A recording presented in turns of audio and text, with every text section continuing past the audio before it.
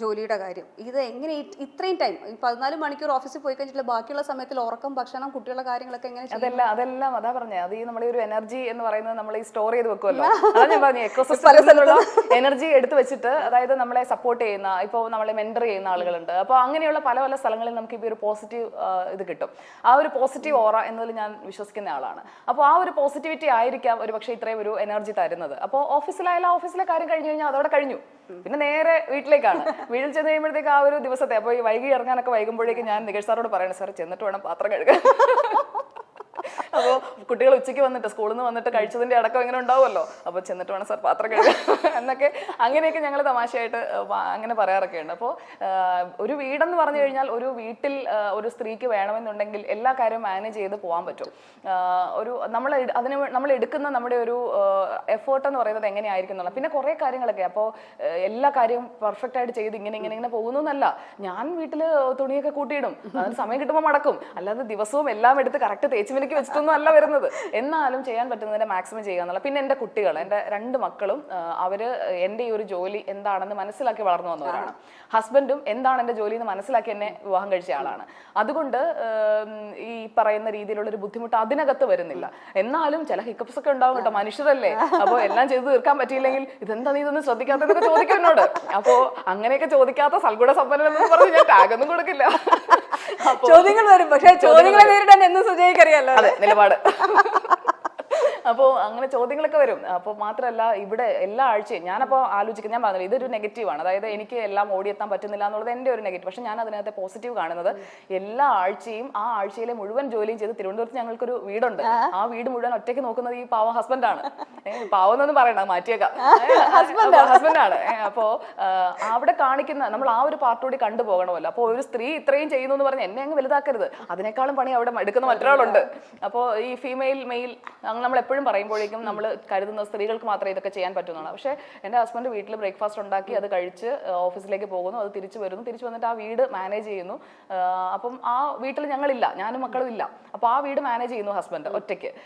അതിനുശേഷം ഫ്രൈഡേ ഈവനിങ്സിൽ ഒന്നുകിൽ ഡ്രൈവ് ചെയ്ത് അല്ലെങ്കിൽ ട്രെയിനിൽ ബസ്സിൽ കയറി ലേറ്റ് നൈറ്റ് ആവും, രാത്രി 12 മണിയാകുമ്പോഴത്തേക്കും കൊച്ചിയിൽ ഭാര്യയും മക്കളെയും കാണാൻ വരികയാണ്. എന്നിട്ട് സൺഡേ നൈറ്റ് അല്ലെങ്കിൽ മൺഡേ മോർണിംഗ് ഏർലി മോർണിംഗ് തിരിച്ചു പോകണം. അപ്പോൾ ആ ഓട്ടം ഞാൻ കാണാതെ പോയിരുന്നു കഴിഞ്ഞാൽ, ഞാൻ അതിനകത്ത് ഒരു വാല്യൂ കൊടുക്കാതിരുന്നു കഴിഞ്ഞാൽ അത് ശരിയല്ല.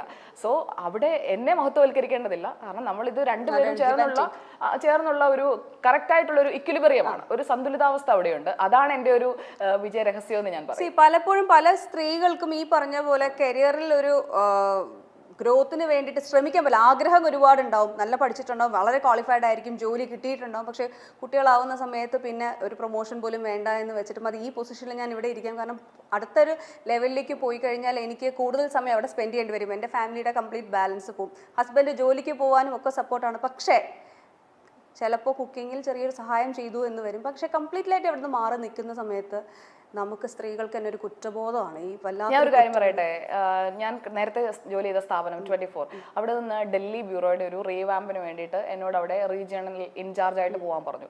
അപ്പോൾ എൻ്റെ 2 പെൺമക്കൾക്ക് വെക്കേഷനാണ്, സ്കൂൾ അടച്ച സമയമാണ്. കഴിഞ്ഞ മെയ് ജൂൺ മാസത്തെ കാര്യമാണ് ഞാൻ പറയുന്നത്. അപ്പോൾ എന്നോട് മെയ് 2-ാം തീയതി പറയുന്നു, സുജയ അവിടെ ഒന്ന് പോകണം, അവിടെയുള്ള കാര്യങ്ങളൊക്കെ നോക്കണം. അപ്പോൾ എനിക്ക് മക്കളെ കൊണ്ടുപോകാൻ പറ്റില്ല, കാരണം 2 പേരും ചെറുതാണ്. അപ്പോൾ ഞാൻ ഹസ്ബൻഡിനോട് ഇത് പറയുന്നു. ഹസ്ബൻഡിന് ഓഫീസിൽ പോകാതിരിക്കാൻ പറ്റില്ല. അപ്പോൾ ഹസ്ബൻഡിനെ ഈ ഓഫീസിൽ പോക്കും കുഞ്ഞുങ്ങളെ മാനേജ് ചെയ്യലും എങ്ങനെ നടക്കും, അതാണ് ഞാൻ പറഞ്ഞത്. അപ്പോൾ എൻ്റെ ഒരു സപ്പോർട്ട് സിസ്റ്റം, എൻ്റെ കൂടെ നിൽക്കുന്ന ഒരു സപ്പോർട്ട് സിസ്റ്റം ഉണ്ട് എന്ന് പറഞ്ഞു കഴിഞ്ഞാൽ നമ്മുടെ ഫ്രണ്ട്സ്. അപ്പോൾ എൻ്റെ ഹസ്ബൻഡിൻ്റെ ഫ്രണ്ട് ഉണ്ട്, ഹണി, വൈഫ് നിഷയുണ്ട്, അവരുടെ മക്കളുണ്ട്. അപ്പോൾ അവരിടയ്ക്കൊക്കെ വന്ന് ഇവിടെ തിരുവനന്തപുരത്തേക്ക് കുഞ്ഞുങ്ങളെ ആക്കിയിട്ട് ഞാൻ പോകുമ്പോൾ അവരുടെ അത്യാവശ്യ കാര്യങ്ങളിൽ അവരൊക്കെ വന്ന് സഹായിക്കും, അവരൊക്കെ വന്ന് ഇടപെടും. അപ്പോൾ ഞാനത് പറഞ്ഞത്, ഞാൻ വളരെ ലക്കിയാണ്. എനിക്ക് ഒന്നല്ലെങ്കിൽ മറ്റൊരു കോണിൽ നിന്ന് ആരെങ്കിലും ഒക്കെ വന്ന്, അത് നമ്മൾ ഇടപെടുന്നതിൻ്റെ ഇതുകൊണ്ട് ആകാം, ആരെങ്കിലും ഒക്കെ വരും. അങ്ങനെ ഒറ്റപ്പെട്ടു പോകാറില്ല. ഒരു മാധ്യമധർമ്മം എന്ന് പറയുന്നുണ്ട്, പൊളിറ്റിക്കൽ ഒരു ജേർണലിസ്റ്റിന് കുറേ എത്തിക്സ് ഉണ്ട്. സോ ഇപ്പോൾ പോകുന്നൊരു മാധ്യമ കൾച്ചർ ആയിരുന്നില്ല സുജയ ഈ ഒരു ഫീൽഡിലേക്ക് വന്ന സമയത്ത്. നമ്മുടെ കേരളത്തിലെ മാധ്യമ കൾച്ചർ വളരെ സിമ്പിളായിരുന്നു, പക്ഷേ ഇപ്പോൾ വളരെ വലിയ രീതിയിൽ മാറ്റങ്ങൾ വന്നിരിക്കുന്നു. ഇനിയിപ്പോൾ 10 വർഷം കഴിയുമ്പോൾ അതിലും വലിയ മാറ്റങ്ങളുണ്ടാകും. ഈ ഒരു മാറ്റം ഏത് രീതിയിലാവണമെന്നാണ് സുജയ വിചാരിക്കുന്നത് അല്ലെങ്കിൽ ആഗ്രഹിക്കുന്നത്? ഞാൻ ആഗ്രഹിക്കുന്നത് ആ തുടക്കത്തിൽ പറഞ്ഞത് തന്നെയാണ്, പ്രോ പീപ്പിൾ ആകണം. അല്ലാതെ നമ്മൾ ബ്രേക്കിങ്ങിന് വേണ്ടി ബ്രേക്കിംഗ് എന്നുള്ളതല്ല. ആളുകളുടെ ജീവിതത്തിൽ നമുക്ക് ഇൻഫ്ലുവൻസ് ചെലുത്താൻ പറ്റിയിട്ടുണ്ടെങ്കിൽ ആളുകൾ നമ്മളെ ഇഷ്ടപ്പെടും, നമ്മുടെ മാധ്യമത്തെ ഇഷ്ടപ്പെടും, തേടി വരും. അപ്പോൾ ഇത്ര വർഷം പഴക്കമുള്ള ബ്രാൻഡ് എന്നുള്ള ആ ഒരു പാറ്റേൺ ഒക്കെ ബ്രേക്ക് ചെയ്യപ്പെടും ഇനി അങ്ങോട്ട്. ഇപ്പോൾ കണ്ടില്ലേ, ഞാൻ എന്തുകൊണ്ടാണ് ഞാൻ മറ്റൊരു സ്ഥാപനം ചൂസ് ചെയ്തതിന്റെ ഒരു റീസൺ ഞാൻ പറഞ്ഞു, അവിടെ അഡ്വാൻസ്ഡ് ആയിട്ടുള്ള ടെക്നോളജി വന്നപ്പോഴാണ്.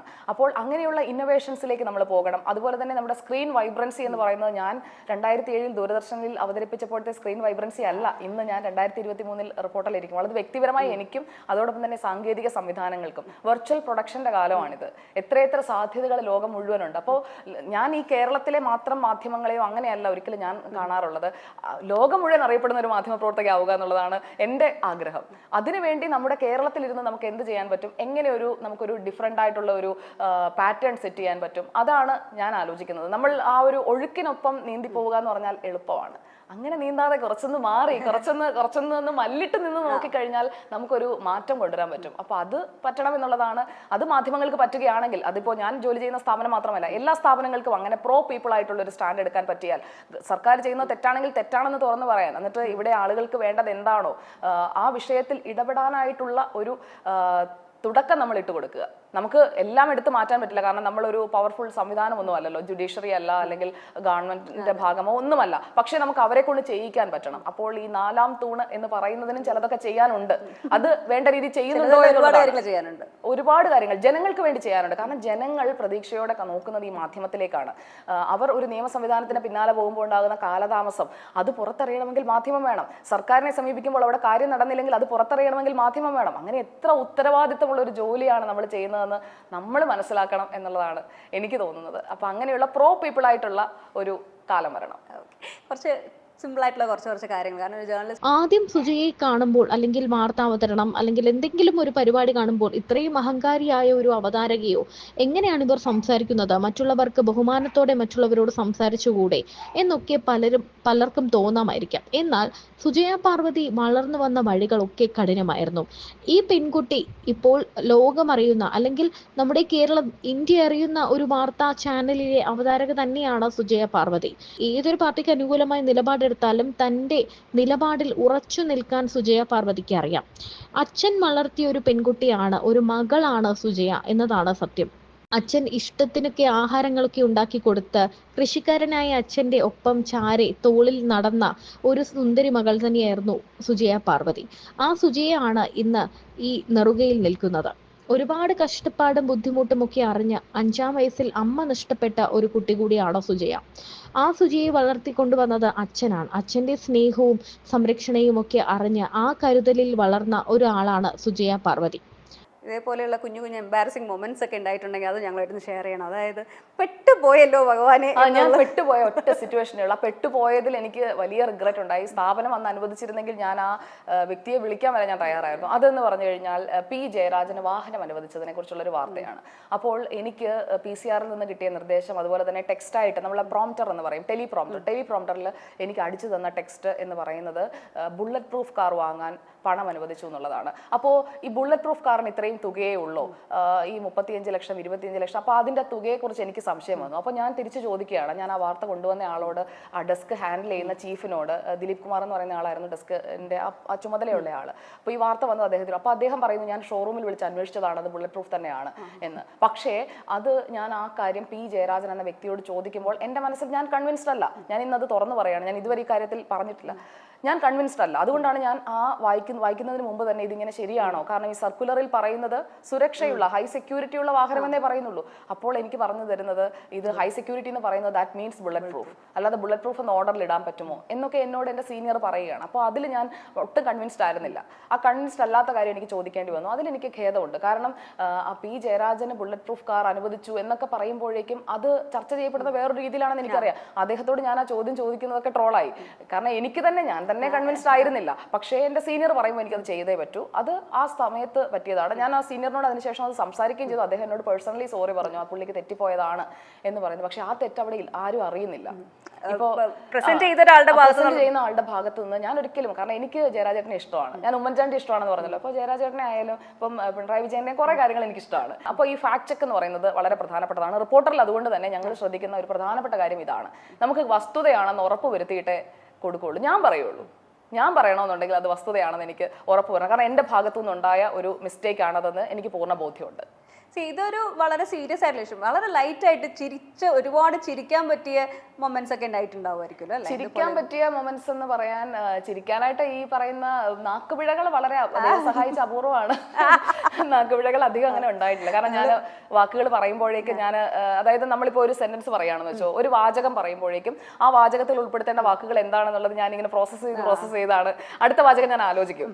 അങ്ങനെയാണ് സംസാരിക്കാറുള്ളത്. അല്ലെങ്കിൽ ഞാൻ അതിനിടയിൽ ഒരു പോസ് എടുക്കും. പോസ് എടുത്തിട്ട് അടുത്തതിലേക്ക് പോകും. ആ പോസ് കേട്ടിരിക്കുന്ന ആൾക്ക് ഫീൽ ചെയ്യില്ല, പക്ഷെ ഞാൻ പോസ് എടുക്കുന്നുണ്ട്, ഉള്ളിൽ ഞാൻ പോസ് ചെയ്യുന്നുണ്ട്. പോസ് ചെയ്തിട്ട് അടുത്തതിലേക്ക് പോകും. എങ്കിലും ചില കാര്യങ്ങളൊക്കെ പറഞ്ഞു വരുമ്പോഴേക്കും അങ്ങോട്ടും ഇങ്ങോട്ടൊക്കെ മാറിപ്പോകും. അതപ്പോൾ തന്നെ നമ്മൾ അതങ്ങ് തെറ്റിപ്പോയി ക്ഷമിക്കണം എന്നൊക്കെ പറഞ്ഞ് ഇപ്പോൾ ഈ ലേറ്റസ്റ്റ് ആയിട്ട് ഇപ്പോൾ ലോട്ടറി നറുക്കെടുപ്പ് വന്നല്ലോ, ഓണം ബമ്പർ നറുക്കെടുപ്പ് വന്നപ്പോൾ വെറൈറ്റി ആക്കണമെന്നാണ് പ്രസിഡന്റ് ആവശ്യപ്പെട്ടത്. ഞങ്ങളുടെ നെറ്റ്വർക്കിന്റെ പ്രസിഡന്റ് വെറൈറ്റി ആക്കണമെന്ന്. അപ്പൊ ഞാൻ എത്ര ആലോചിച്ചിട്ട് ഇത് എങ്ങനെ വെറൈറ്റി ആക്കാനാണ്, കാരണം ലോട്ടറി നറുക്കെടുക്കുന്നു എന്നല്ലാതെ ഇതിനപ്പുറം എന്ത് പറയും. അപ്പോഴാണ് ഞാൻ നമ്മുടെ കിട്ടുണ്ണിയേട്ടനെ ആലോചിച്ചത്. അപ്പോ ഒരു ലോട്ടറി അങ്ങ് എടുത്തു. എന്റെ ജീവിതത്തിൽ ഞാൻ ലോട്ടറി എടുത്തിട്ടേ ഇല്ല. അപ്പൊ മറഡോണയുമായിട്ട് ഷെയർ ഇട്ട് ഒരു ലോട്ടറി അവസാനം എടുത്ത് അടിച്ചില്ല.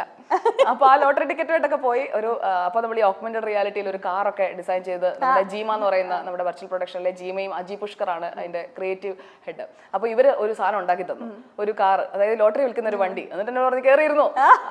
അപ്പൊ ആ കാറിലോട്ട് കയറി ഇരുന്നിട്ടായിരുന്നു പിന്നെ പ്രസന്റേഷൻ.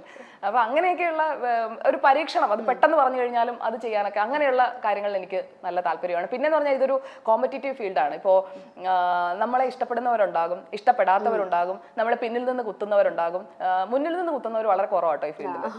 അപ്പോ എല്ലാ ഫീൽഡിലെയും പോലെ അതെ, മുന്നിൽ നിന്ന് കുത്തുന്നവർ വളരെ കുറവാണ്. മുന്നിൽ നിന്നാണെന്നുണ്ടെങ്കിൽ നമുക്ക് കുത്തുകൊണ്ട് വീഴുന്നതിൽ അയ്യോ ഇവൻ എന്നെ കുത്തിയില്ല, മുഖം കാണാം നമുക്ക്. പക്ഷെ ഈ മുഖം നമുക്ക് വ്യക്തമാകാതെ അല്ലെങ്കിൽ ആരാണ് ഈ ഉപദ്രവിക്കുന്നത് നമുക്ക് മനസ്സിലാകാത്ത രീതിയിലുള്ള ആക്രമണങ്ങളൊക്കെ ഉണ്ടാകുമ്പോൾ അങ്ങനെയുള്ളതൊക്കെ കുറച്ചൊക്കെ ഒന്ന് അഫക്റ്റ് ചെയ്യാറുണ്ട്. പക്ഷെ അതിനെ നമ്മൾ മറികടക്കും. അപ്പോഴാണ് ഞാൻ പറഞ്ഞ ഈ ട്രോളുകളുടെയൊക്കെ ഒരു പ്രസക്തി. അപ്പോൾ എടുത്ത് 2 ട്രോള് വായിക്കും, ആശ്വാസവും. പക്ഷെ സാധാരണ ഈ ട്രോളൊക്കെ വന്ന് തുടങ്ങുന്ന സമയത്ത് ആദ്യമായിട്ട് കാണുമ്പോൾ ഭയങ്കരമായിട്ട് എനിക്കൊക്കെയാണ് വന്നിട്ടുണ്ടെങ്കിൽ എനിക്ക് ഹൃദയം പൊട്ടി ഞാൻ കുറച്ചു നേരത്തേക്ക് മരിച്ചു. അങ്ങനെയാണെങ്കിൽ ഞാനിപ്പോ എന്റെ ഒരു ഡെത്ത് ആനിവേഴ്സറി 3-4 എണ്ണം കഴിഞ്ഞിട്ടുണ്ടാവും. അപ്പൊ ആദ്യം കണ്ടപ്പോഴേ അടിപൊളിയായിട്ട് അതിനെ ചിൽ മോഡിലാണ് എടുത്തിരുന്നത്. നമ്മൾ എപ്പോഴും ചില്ലാണ്.